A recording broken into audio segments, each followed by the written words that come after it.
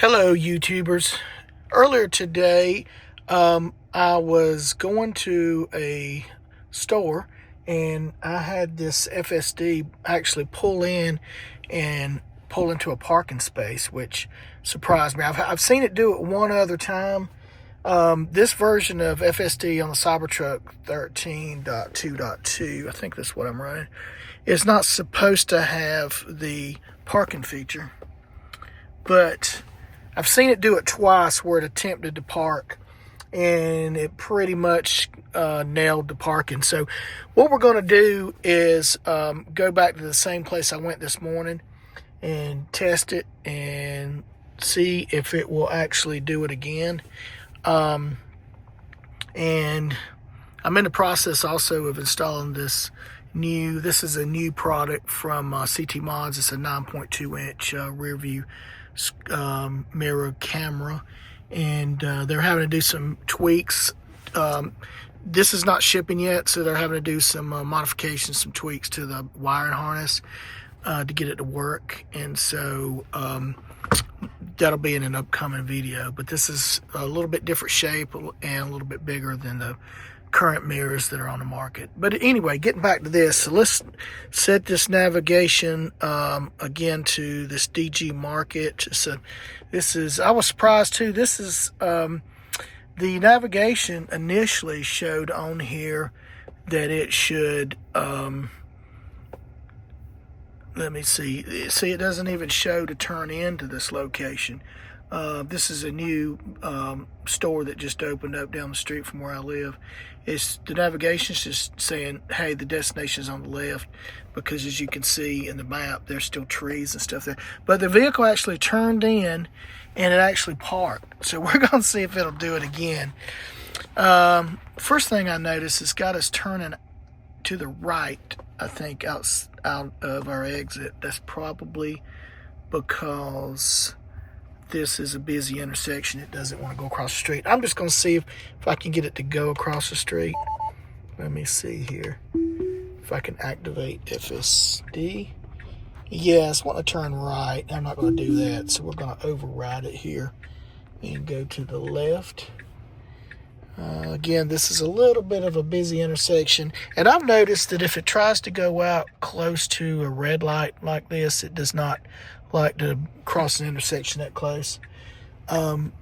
Probably because of a multitude of vehicles coming from different directions at these intersections.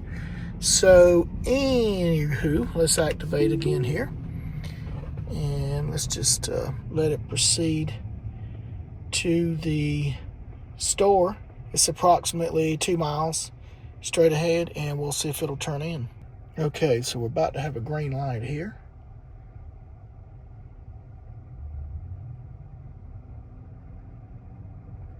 All right, there we go.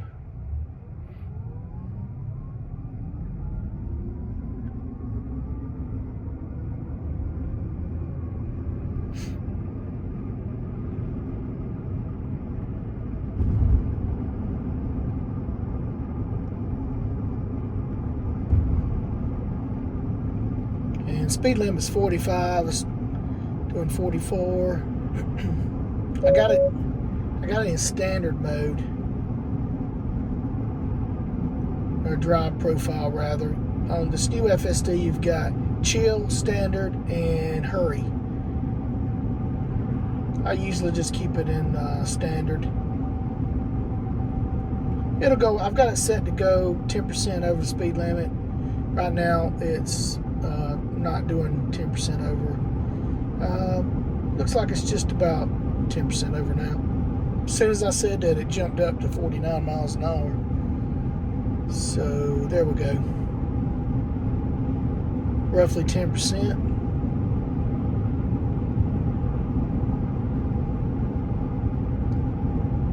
And we're about halfway to this destination. Again, we're checking to see if it pulls in, because the navigation is not telling it to pull in. It's just ending in the middle of this highway, and we're going to see if it'll park like it did this morning. of course, we get stopped by another red light. There's turned green. So we'll proceed.